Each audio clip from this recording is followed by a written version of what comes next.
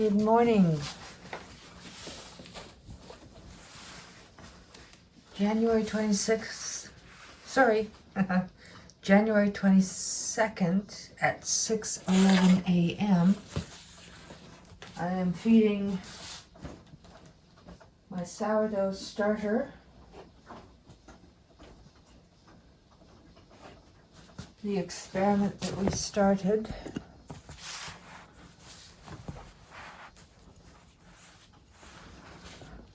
Let's just lift this a bit.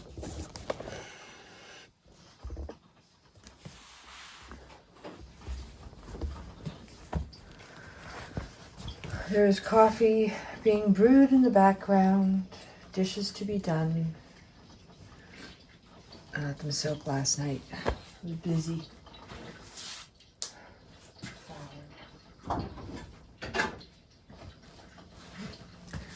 We're still doing a mix of both imperial so that you can see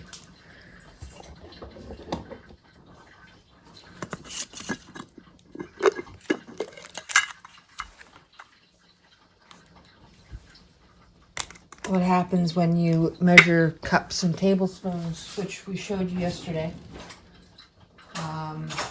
If you want consistent baking results, do the scientific method. Weights are usually your best bet. Now, my little cuppy thingy seems to have taken another walk. I'm going to hit pause just a second.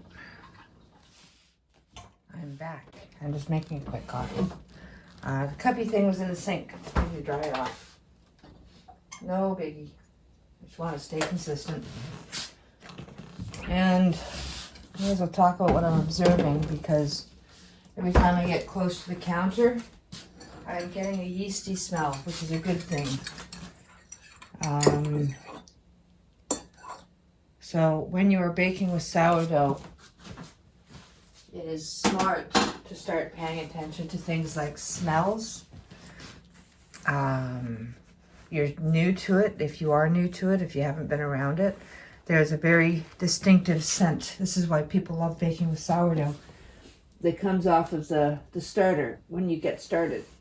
And it's just starting. All these starts. So this is what I have. And having mentioned this before, that's just starting to smell tangy, if you will. Almost yogurty. But I know it's yeast because I'm familiar with the smell. So I would take a minute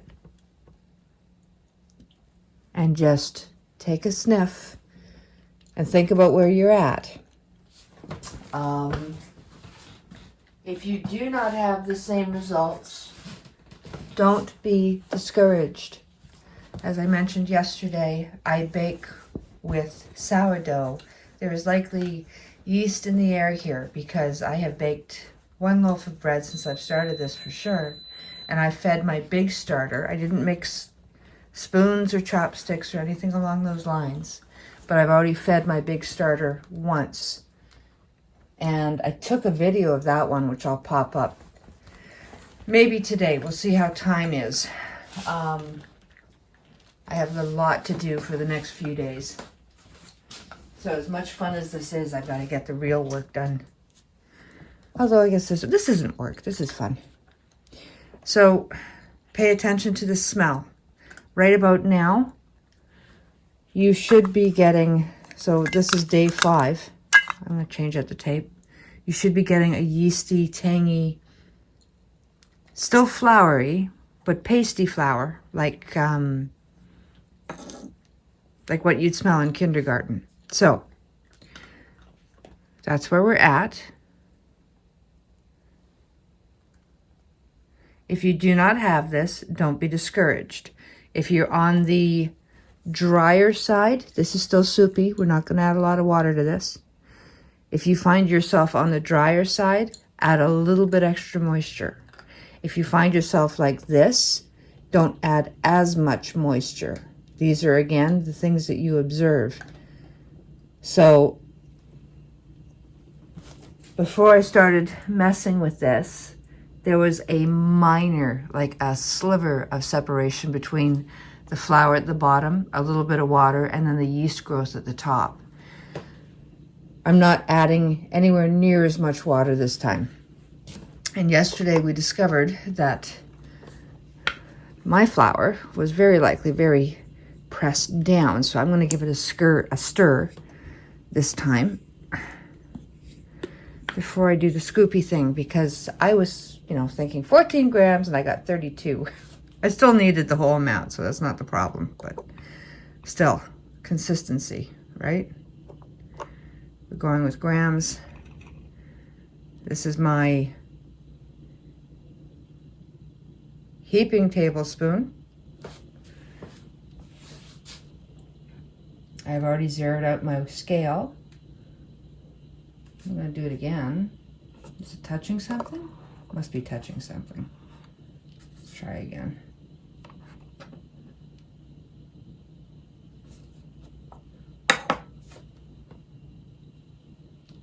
Interesting.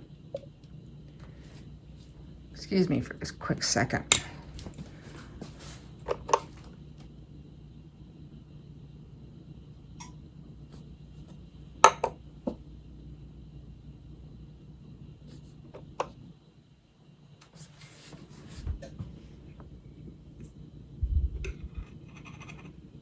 Zeroed out. It is still heaping tablespoon.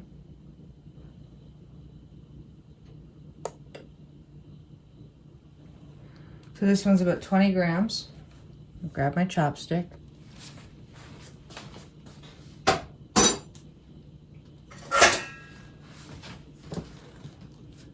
Into the pile she goes.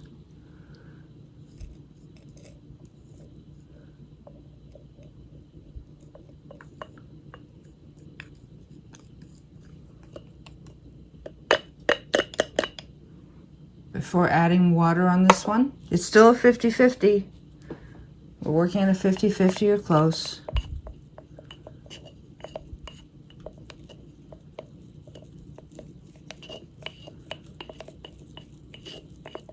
I'm not adding any water to mine. And if you've been doing the same measurements as me, you should be about the same.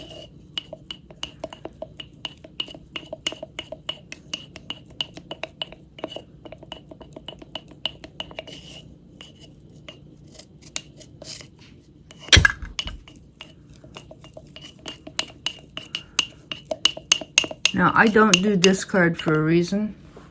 I just feel like I'm, number one, throwing away food. Number two, when you do get to the yeasty part, it starts to create a real mess in your garbage. And number three, truthfully, split it off tomorrow. This is day 5. I was going to add whole wheat.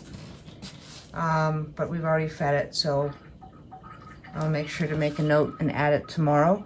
It's bubbly, it's happy. We'll add the whole wheat tomorrow, which will be day 6.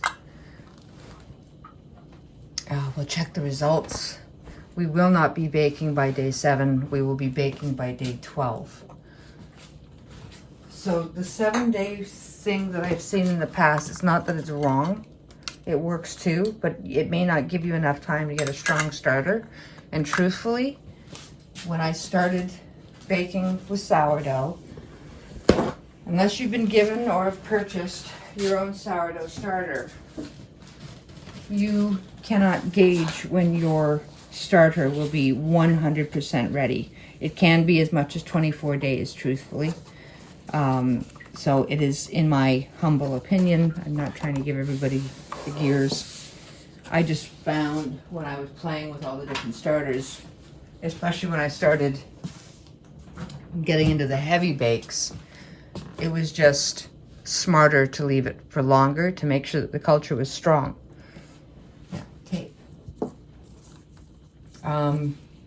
If you're going to try to start baking with a 7-day starter, don't knock yourself out. You can still keep trying, but if you want a successful bake, maybe it's okay to cheat and add a small amount of instant yeast, or just expect a flat loaf.